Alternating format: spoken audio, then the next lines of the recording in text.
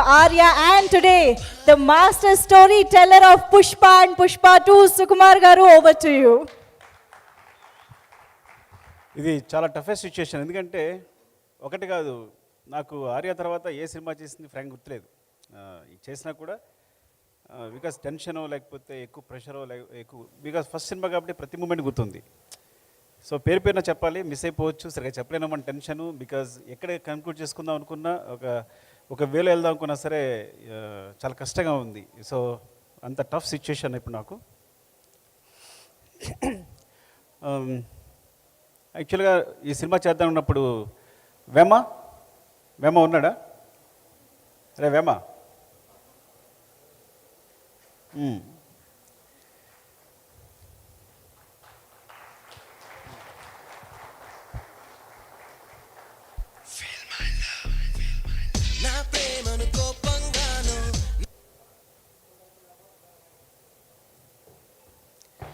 యాక్చువల్గా ఇద్దరు స్టార్ట్ చేసాం రాయడం ఇది ఆర్య అనే స్క్రిప్ట్. సో ఫస్ట్ వైజాగ్ వెళ్ళిపోయి, అంటే నా ఫ్రెండ్ రవికుమార్ ఉన్నాడు ఇక్కడే, వాడి దగ్గర ఒక 10,000 తీసుకుని ఎడిటర్ మోహన్ గారి దగ్గర, అంటే అప్పుడే ఎడిటర్ మోహన్ గారి దగ్గర చేస్తున్నాం, మేము రైటర్స్గా చేస్తున్నాం, ఇద్దరం చేస్తున్నప్పుడు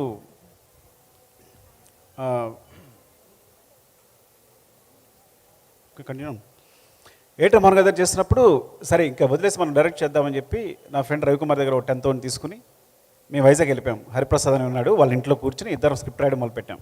అలా స్టార్ట్ అయింది దీనికి నాంది స్క్రిప్ట్. తర్వాత మళ్ళీ వచ్చిన ప్రకాష్ అని ఇంకో ఫ్రెండ్ ఉన్నాడు నాకు, తనతో డిస్కస్ చేసి we start the journey like that. And thank యూరా, ఇప్పటివరకు అసలు ఈడు దొంగ వాయి చేత కష్టపడి రాయించాలి ఇడి చేత. అంటే నిజంగా ఈడు కనుక పెన్ను పెట్టి రాస్తే ఇప్పుడు ఇండస్ట్రీలో ఎవ్వరు సరిపోరు. అంటే లేజీ బద్దకిస్ట్ ఇంటెలిజెంట్ అనమాట వీడు. సరే ఇటు సందర్భం వచ్చినప్పుడు చెప్తాం కదా ఎప్పుడైనా వీడి సినిమా అయినప్పుడు. అండ్ అలా స్టార్ట్ అయింది. తర్వాత నేను రాజుగారికి మాంటేజ్ చెప్పడం, సినిమా చేయాలనుకోవడం.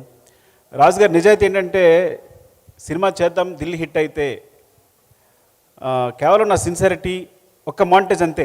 ఆయన కూడా ఒక మాంటేజ్తో అద్దరిపోయిందని చెప్పి ఆ మాంటేజ్ కోసం కూర్చుని సినిమా చేద్దామని. ఢిల్లీ సినిమా హిట్ అయిన తర్వాత నాకు ఫోన్ చేసి రా సినిమా చేద్దామని.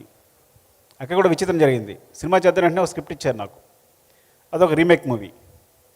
అంటే అప్పుడే అసినేటర్ కదా, కొంచెం పొగరగా ఉంటాం మనం, ఇప్పుడే వచ్చామని చెప్పి ఆ స్క్రిప్ట్ వెనక్కి చూశాను, నేను చేయను రీమేక్ అని. మరి అయితే కథ చెప్పు అన్నారు. మీకు మాంటేజ్ చెప్పాను కదా, ఆ మాంటేజ్ నా కథ చెప్తాను మీకు అని. సరే చెప్పు అన్నారు. చెప్పాను. అదొక విచిత్రం కదా, ఇట్స్ అ లాంగ్ స్టోరీ, చాలా అందరు ఇన్వాల్వ్ అయి ఉంటారు అందులో. సో అట్లా సరే మనం వెళ్ళిపోదాం సినిమాకని. అదే ఆ ధైర్యం, ఫస్ట్ ఆఫ్ ఆల్ అంత ధైర్యంతో ముందుకు వచ్చి కొత్త సినిమాని, ఇప్పుడంటే కొత్త డైరెక్టర్స్ అందరికి కూడా చాలా అవకాశాలు వస్తున్నాయి. అప్పుడు కొత్త డైరెక్టర్ని ఎవరైనా ప్రోత్సహించేవాళ్ళు లేరు, సినిమా ఇచ్చేవాళ్ళు లేరు. అలాంటి సందర్భంలో అయినా ఒక కొత్త డైరెక్టర్తో అంత గట్స్తో ఒక సినిమా చేయాలనుకోవడం చాలా గొప్ప విషయం. చాలా తక్కువ మంది డైరెక్టర్స్, చాలా తక్కువ మంది, ఎక్కడో కానీ ఛాన్స్ వచ్చేది కాదు. Thank you so much sir, మీకు లైఫ్ లాంగ్ రుణపడి ఉంటా విషయంలో. బికాస్ మీరు అప్పుడు ఆ ప్రామిస్ అనగా లేకపోయి ఉంటే, అంత ధైర్యం ఇచ్చి ఉండకపోతే ఈ సినిమా ఇప్పుడు ఉండేది కాదు, మేము చేసి ఉండేవాళ్ళమే కాదు.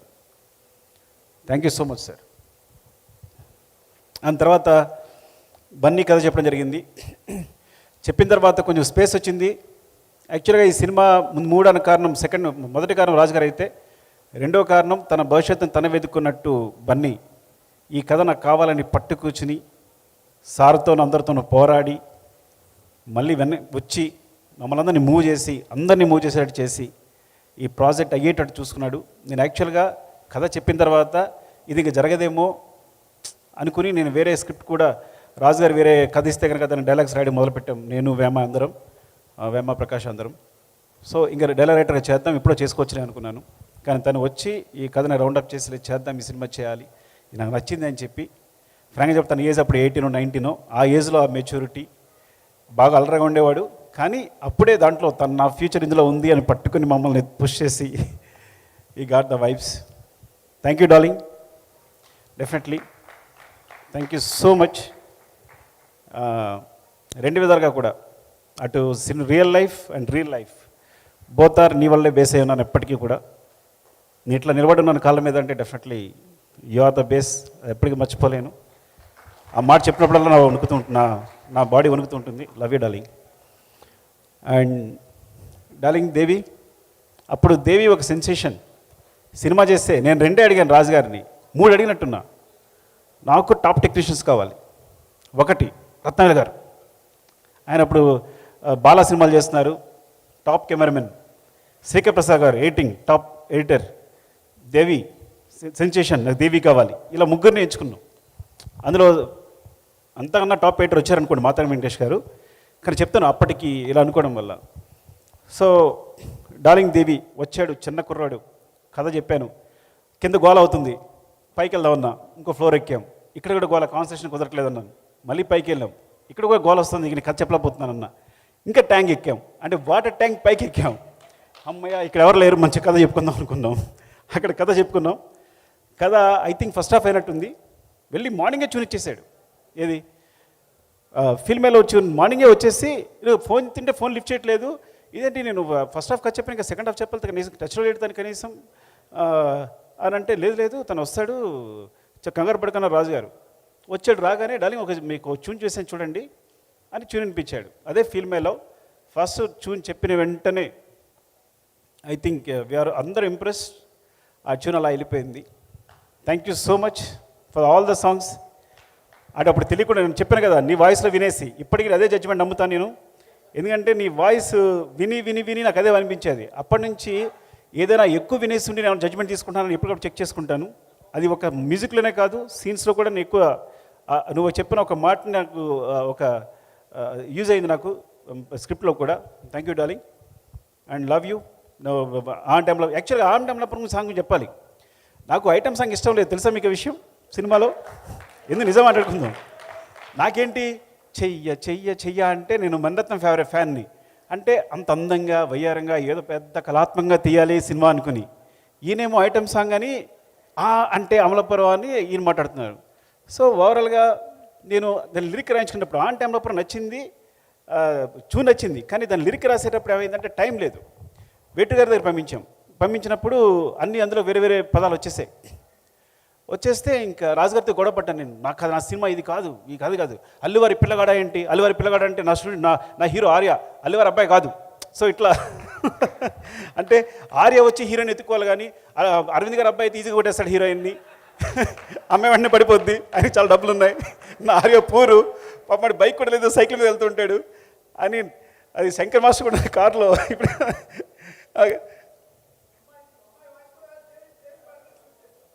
అవును, అమ్మాయి వాయిస్ కూడా లేదు అప్పుడు అని అట్లా. సో ఆ సాంగ్ గురించి. సో నాకు ఐటమ్ సాంగ్ అంటే ఐటమ్ సాంగ్ అనుకోవాలి, నేను చేయాలని క్లాస్ సాంగ్ అనుకున్నాను. అప్పటి నుంచి విచిత్రం తెలుసా నీకు, ఐటమ్ సాంగ్ మొదలుపెట్టిన ఆయన సినిమాలో ఒక ఐటమ్ సాంగ్ ఉండదు. నేను చేసే ప్రతి సినిమాలోనూ ఐటమ్ సాంగ్ వచ్చేసింది. నేను పెట్టాల్సి వచ్చింది. No I believe it that. పెట్టడమే కాదు, నేను ఐటమ్ సాంగ్ని నమ్మాను. అమ్మో ఇంత పెద్ద హిట్ అవుతుందా సాంగ్ అంటే, ఇంత వైపు వస్తుందా, సినిమా ఇంత దూరం తీసుకెళ్తుందా అని నేను ఇటు వచ్చేసాను. రాజుగారు అటు కళాత్మకంగా వెళ్ళారు. ఆయన ఐటమ్ సాంగ్ టచ్ చేయలేదు ఆయన అట్లా. సో చాలా విచిత్రంగా ఉంటుంది అన్నీ ఇలాంటివన్నీ చెప్తుంటే. ఇట్స్ అవునవును. And thank you darling. And I think ఆ జర్నీ అప్పటి నుంచి మన జర్నీ ఇట్లా సాగుతూనే ఉంది. ఎప్పటికప్పుడు సపోర్ట్ చేస్తూనే ఉన్నావు నాకు. అండ్ చెప్తాను కదా, నా మ్యూజికే నువ్వు, నా సంగీతమే నువ్వు. నాకు సంబంధించి మ్యూజిక్ అనేది నాకు ఎంత కూడా తెలియదు, వర్ణమాలు కూడా తెలియదు. ఎప్పుడు ప్రతిరేషన్ నీదే, ప్రతిదీ నీదే, ఇంతవరకు తీసుకొచ్చావు. సినిమాలు కూడా చాలా సపోర్ట్ చేసావు నీ మ్యూజిక్తో. Thank you so much darling. And చాలామంది ఉన్నారు ఇక్కడ. శివాని మోసం చేశాను మా బిగినింగ్లో నేను. Thank you Shiva, accepting the role. చాలా ఫన్. కొంచెం శివ నేను సెకండ్ లీడ్ అని కొంచెం కోపంగా ఉండేవాడు అప్పుడు. తనుకున్నప్పుడల్లా కోపం వస్తుండే శివకి. అంటే నాట్ లైక్ దట్ యాక్చువల్లీ. సరదాగా మాట్లాడదాం అనుకున్నాను ఇన్నాళ్ళు నిజంగా అది. And I was so impressed అప్పుడు నువ్వు చేసే పర్ఫార్మెన్స్ కానీ, నీ ఐస్ చూసే విధానం కానీ, అండ్ మీ కాంబినేషన్ కూడా కరెక్ట్గా కుదిరేది. And thank you Shiva, love you. ఎక్కువగా మాడుతుంటే సుబ్బు, ఐ థింక్ ఆ సుబ్రహ్మణ్యం చూసారా ఒకసారి నిలబడడం, చెప్పండి ఎలా ఉన్నాడైనా? సుబ్బు అలాగే ఉన్నాను, నువ్వు అసలు ఏం మారలా. మరి ఏం మేనేజ్ చేస్తే అర్థం కావట్లా. కొట్టుకునే వాళ్ళం కదా మనం. నువ్వు కొట్టుకుంటే సరిపోయేది కాదు నాకు, నేను గట్టిగా పట్టి స్పృహ పడిపోయాను కూడా.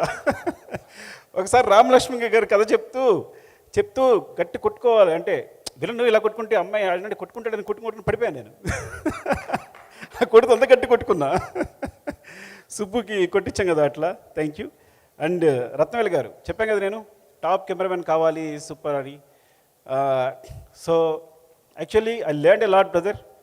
First because as assistant director గారిని స్టార్ట్ చేసి యాక్చువల్లీ అసిస్టెంట్ డైరెక్టర్ ఇక్కడ చేయలేదు నేను, కానీ రైటర్గానే చేశాను. అంటే వినయ్ గారు చేసినా కూడా రైటర్గా ఉండేవాడు కానీ చూసేవాడు కానీ వినయ్ గారు నాకు ఏ పని చెప్పేవారు కాదు. So whatever I learn from Vinay garu only. So thanks to I always నా సినిమా గురు వినయ్ అనే చెప్తాను. బికాజ్ నేనైతే నేర్చుకున్నాను తన నుంచి నేర్చుకున్నాను. ఏమన్నా నాకు నేర్పినా తనే నేర్పారు, తనే సపోర్ట్ చేశారు. Thank you sir, thank you so much for your love Vinay గారు.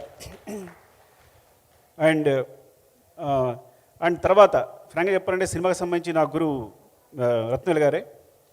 అండ్ బిగినింగ్ ఐ రోట్ నేను కూర్చుని మా శివగాడు ఉన్నాడు కెమెరామెన్ శివ, మన శివ ఉన్నాడా వచ్చాడా, శివ అసిస్టెంట్గా చేశాడు కదా, శివను పట్టుకుని షార్ట్ డివిజన్ రాసేసుకున్నా. ప్రతి సీన్కి ఇంత బుక్ ఉంటుంది, ఇంకా ఉంటుంది అది షార్ట్ డివిజన్.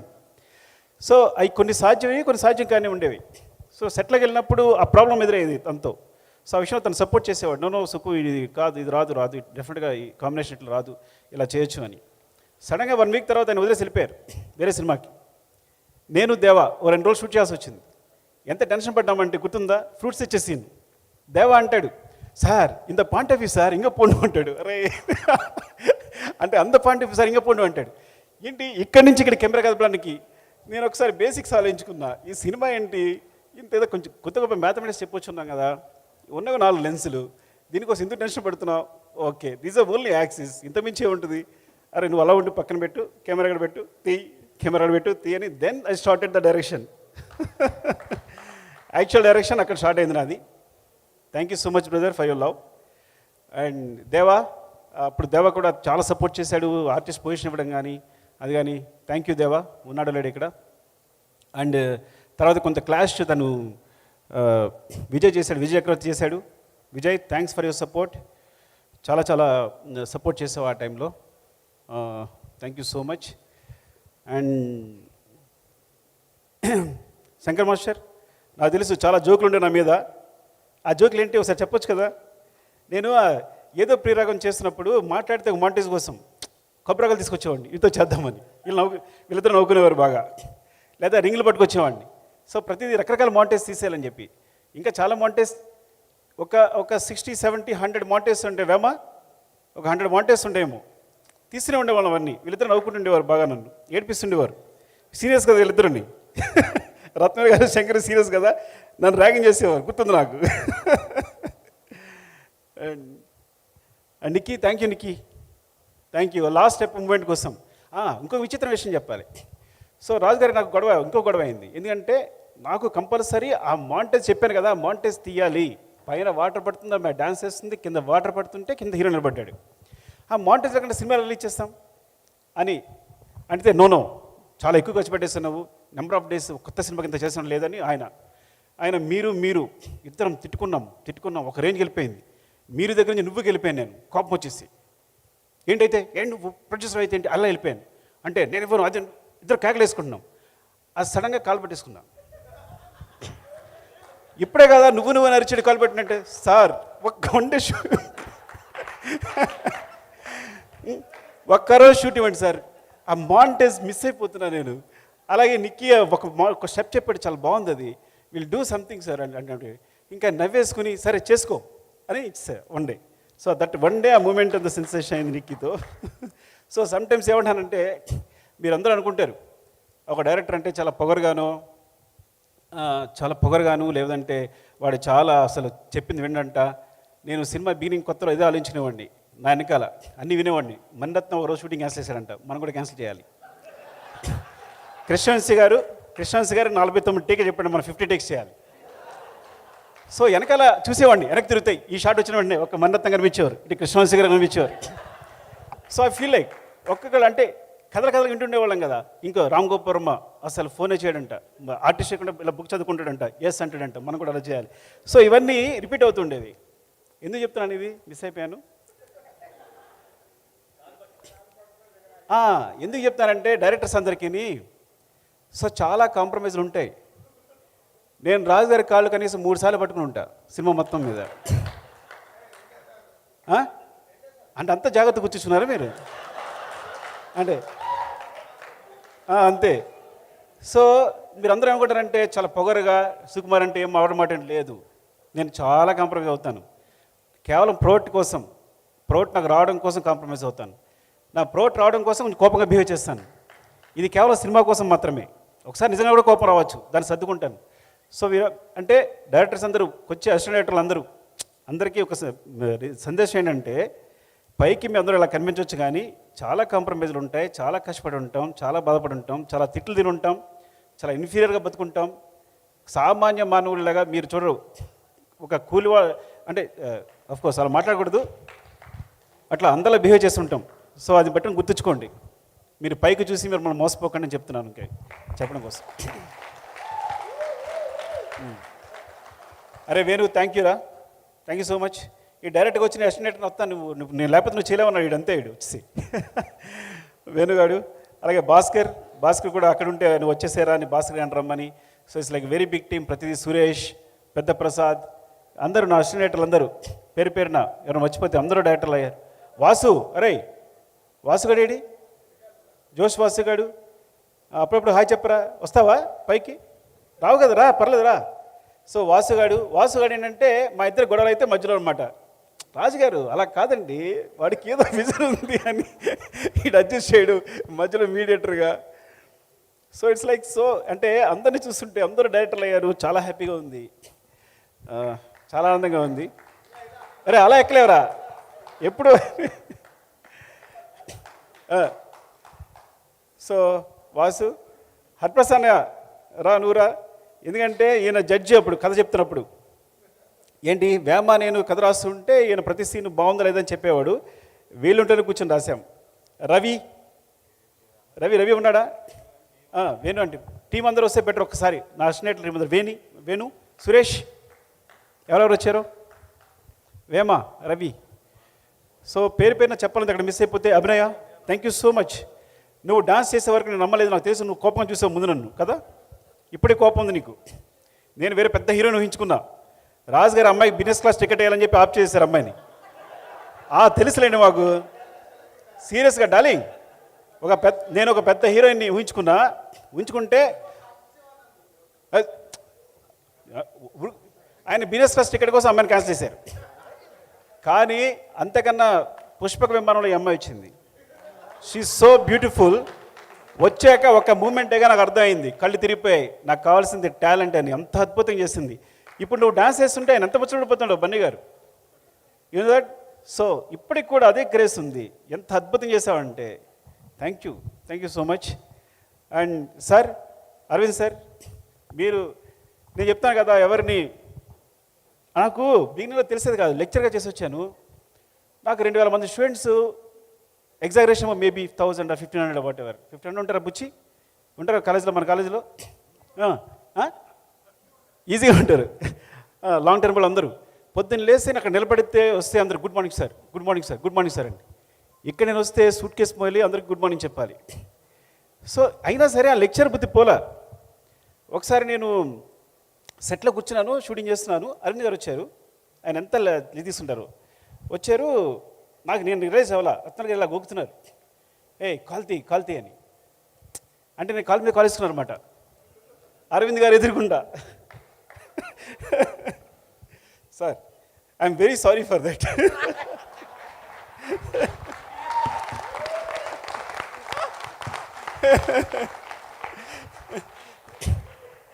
అంటే ఆ తర్వాత బన్నీ మాట్లాడుతూ ఉంటాడు. అప్పుడు గ్రావిటీ అని పదవి ఉపయోగిస్తుంటాడు. మీ గ్రావిటీ అంటే తర్వాత తెలిసింది. అవును సార్, అవును. అది కాదు కానీ సార్, కొంచెం అలాంటిదే. Sorry sir. రత్న గారు ఇలా అనేవారు నన్ను.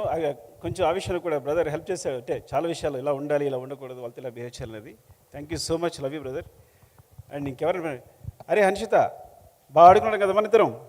ఎక్కడికి వెళ్ళాం మీ ఇద్దరం కలిసి వెళ్ళేవాళ్ళం. నా పక్కనే ఉండేది. ఎక్కడ మనం తిరుపతి వెళ్ళాం, అందరం కలిసి వెళ్ళేవాళ్ళం. నడిపించాదా నిన్ను? బన్నీ కూడా ఆశీష్ ఖండ్ అయితే నేను మోసాను కూడా, ఎత్తుకుని మోసా వాడి బండగా వెళ్ళిపోతుంటే. So and Bablu, thank you Bablu. చిత్రం సీను లాస్ట్ మినిట్లో వచ్చేసావు. అండ్ ఎవరైనా మిస్ అయిపోయినా పేరు పేరున చెప్పాలి, ఇప్పుడు ఏదో మాట్లాడుకుని కూడా చాలా మిస్ అయిపోయాను నేను. And thank you so much. And అందరూ కూడా మా టీం అందరూ, వేమ లవ్ యూరా, రవిబాబు థ్యాంక్స్. వీడి 10,000తోనే నేను స్టార్ట్ చేస్తా కథ స్టార్ట్ చేయడం. వీడికున్న 10,000 ఉంది బ్యాంకులో, నీకేం కావాలని అని చెప్పి ఆ 10,000 క్యాష్ తీసుకొచ్చి ఇలా ఇచ్చేసాడు మాకు అంతే. ఆడు సంపాదించుకుంటే 10,000. ఆ టైంలో 10,000 is a very big matter. And Hariprasad అన్నయ్య వీళ్ళింట్లోనే, మాకు రూమ్ లేదు కాబట్టి తనే ఫుడ్ అన్నీ రూమ్లో కూర్చోబెట్టి మా ఇద్దరిని అరే ఇది కాదురా అది కాదురా అని చెప్పి లైక్ ప్రతి సీను జడ్జ్ చేస్తూ ఇలా చేయాలి అలా చేయాలని. తన సినిమాలో చాలా ఎక్కువ ఉండేది, మాకన్నా చాలా ఎక్కువ ప్రతి సినిమా చూసేవాడు తను. థ్యాంక్ యూ సో మచ్ అన్నయ్య. అండ్ వాసుగా వీడికే చెప్పే ఫస్ట్, తర్వాత కథ చెప్తే రాజుగారు నీకు సురేందర్కి చెప్పినట్టుగా సూర్య అందరికీ ఒక్క నిమిషం చెప్పేస్తా, మీకు బోర్ కొడదేమో.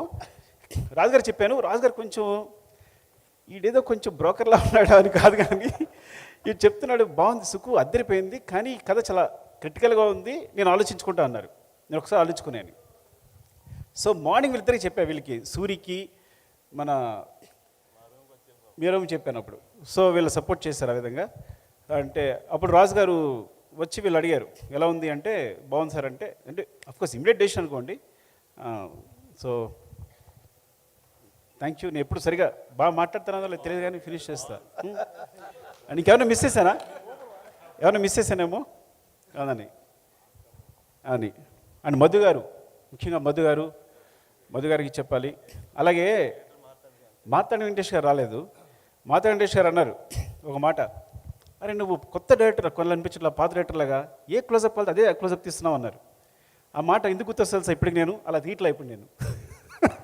ఎందుకంటే అప్పుడు ఫిల్మ్ కాబట్టి ఈ క్లోజప్ అంటే ఈ క్లోజప్పే తీసేవాళ్ళం, ఇప్పుడు డీజిల్ కాబట్టి రోల్ చేస్తూనే ఉన్నాం. అప్పటికి ఎక్కువ రోల్ చేసేవాడిని, కానీ ఆయన నువ్వు కరెక్ట్గా తీసావు, ఇది ఈ క్లోజప్ నీ క్లోజప్ తీసావని ఎప్పుడు క్లోజప్ పెడదాం అనుకున్నా ఆయన మాట గుర్తొస్తుంది. ఈసారి కూడా సిన్సియర్గా మనం ఇలాగే తీద్దాం, ఎక్కువ వేస్ట్ చేయకుండా అనుకుంటాను, కానీ ఏదో తీసేస్తుంటాను. ఫ్రాంక్గా చెప్పాలంటే అదే చాలా డిసిప్లిన్గా చేసిన cinema Arya. And thanks Venkatesh గారు, ఆయన చాలా సపోర్ట్ చేశారు. ఎందుకు అంటే ఒక సినిమా చూసి రాజు గారు అది ఎలా ఉంది అంటే నా ఒక 1 వీక్ ఎడిట్ చూసి నువ్వు మర్చిపోయి సినిమా సూపర్ హిట్, ఈ కుర్రాడు చాలా బాధ చేస్తాడని చెప్పి చాలా ధైర్యం చెప్పారు. రాజు గారు కొంచెం డౌట్ అని కదా, ప్రొడ్యూసర్గా తెలుసుకోవాలి ఉంటుంది కదా, తెలిసినప్పుడు థ్యాంక్ యూ సార్ వెంకటేష్ గారు, love you so much. And Chiranjeevi గారు ప్రత్యేకంగా థ్యాంక్స్ చెప్పాలి, ఎందుకంటే అరవింద్ గారు పంపించారు చిన్న గారు నా టెస్ట్ కోసం కథ చెప్పడానికి.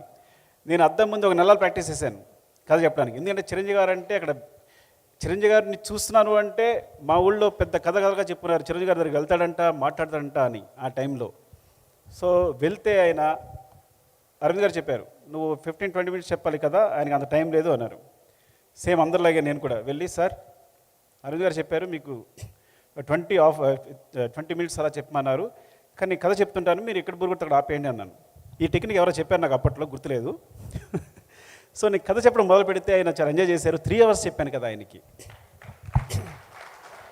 3 అవర్స్ చెప్పాను.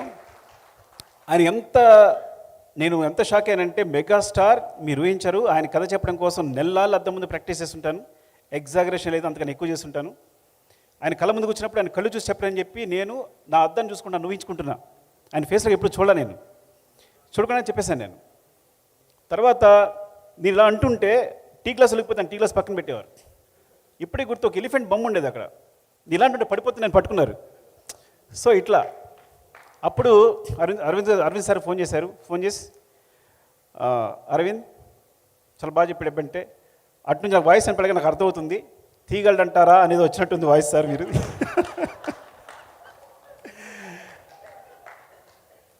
బికాజ్ నాకు ఎక్స్పీరియన్స్ లేదు, ఏ సినిమాకి ఎస్టిమేట్గా చేయలేదు పెద్దగా. సో డెఫినెట్గా డౌట్ ఉంటుంది. ఇక్కడ నుంచి ఆ మాట అన్నారు, ఈ సినిమా కెమెరా పాతి తీసిన హిట్టే తీ అన్నారు. థ్యాంక్ యూ సార్ చిరంజీవి గారికి. అండ్ పేరున ఏమన్నా మర్చిపోయినా అనుకోవద్దు, ఇంకో సందర్భం ఎప్పుడైనా వస్తే కనుక డెఫినెట్గా మాట్లాడతాను. Love you so much. Anu Mehta, yeah అసలు శిరీష్ గారు లక్ష్మి గారు. సో ఫస్ట్ డార్లింగ్ సపోర్ట్ చేసిన శిరీష్ గారు, ఈ విషయం మర్చిపోకూడదు. అది తర్వాత లక్ష్మణ్ గారు, ఇద్దరు. సో ఎప్పుడు ఇద్దరు కనిపిస్తుంటారు మమ్మల్ని ఎప్పుడు. రాజు గారు, బికాజ్ రాజు గారు స్క్రిప్ట్ సైడు, అడ్మినిస్ట్రేషను, ప్రొడక్షన్ అని చూసుకుని ఉంటే మమ్మల్ని అందరినీ ప్యాంపర్ చేసేవారు. శిరీష్ గారు, లక్ష్మణ్ గారు మా అందరినీ ప్యాంపర్ చేసేవారు. మాకు కావాల్సిన అది తింటావా, ఇది తింటావా, ఇది చేసుకుంటావా, ఇది తాగుతావా అని. Thank you so much Shirish గారు అండ్ లక్ష్మణ్ గారు, అండ్ లవ్ యూ ఆల్. అంటే ఇంకా నిన్నే మొన్న జరిగినట్టుంది ఇదంతా. ఇంకా నేను అసలు మీరు నమ్మరు, అందరికీ ఎలా ఉంటుందేమో, నాస్టాల్జియా కూడా లేదు. నిన్న జరిగినట్టే ఉంది, ప్రతి విషయం నాకు గుర్తుంది ఈ సినిమా సంబంధించి అన్నీ. Thank you so much. ఎందుకంటే ఈ సినిమా గురించి మాట్లాడడం మొదలు పెడితే అలా వెళ్తూనే ఉంటుంది. అందరికీ పేరు పేరున థ్యాంక్స్. ఇక్కడ ఈ రోజున ఇలా నిలబడ్డానంటే డెఫినెట్గా మీ అందరి సపోర్ట్ అండ్ మీ ఆశీస్సులు అనే మాట ఇప్పుడు వాళ్లే కానీ మొట్టమొదటిసారి వాడుతున్నా. డెఫినెట్గా మీ ఆశీస్సులు, మీ బ్లెస్సింగ్స్, మీ wishes. Thank you so much. Love you. Thank you so much Sukumar sir. Arya సినిమాతో మొదలైన మీ ఇద్దరి కాంబినేషన్ ఈరోజు పుష్ప 2 మూవీస్ ద్వారా వరల్డ్ వైడ్ సెన్సేషన్ క్రియేట్ చేస్తూ ఉన్నాయి. ఎంత యాంటిసిపేషన్ ఉంది పుష్ప 2 గురించి మనందరికీ తెలుసు. సో మీ ఇద్దరి కాంబినేషన్స్ మరెన్నో అద్భుతాలు సృష్టించాలి అని మనస్ఫూర్తిగా కోరుకుంటూ ఉన్నాము. And I think Arya 20 years celebrations వేదికగా మనం తెలుసుకోవాలనుకుంటున్న ఇంకొక విషయం, డెఫినెట్గా ఆర్య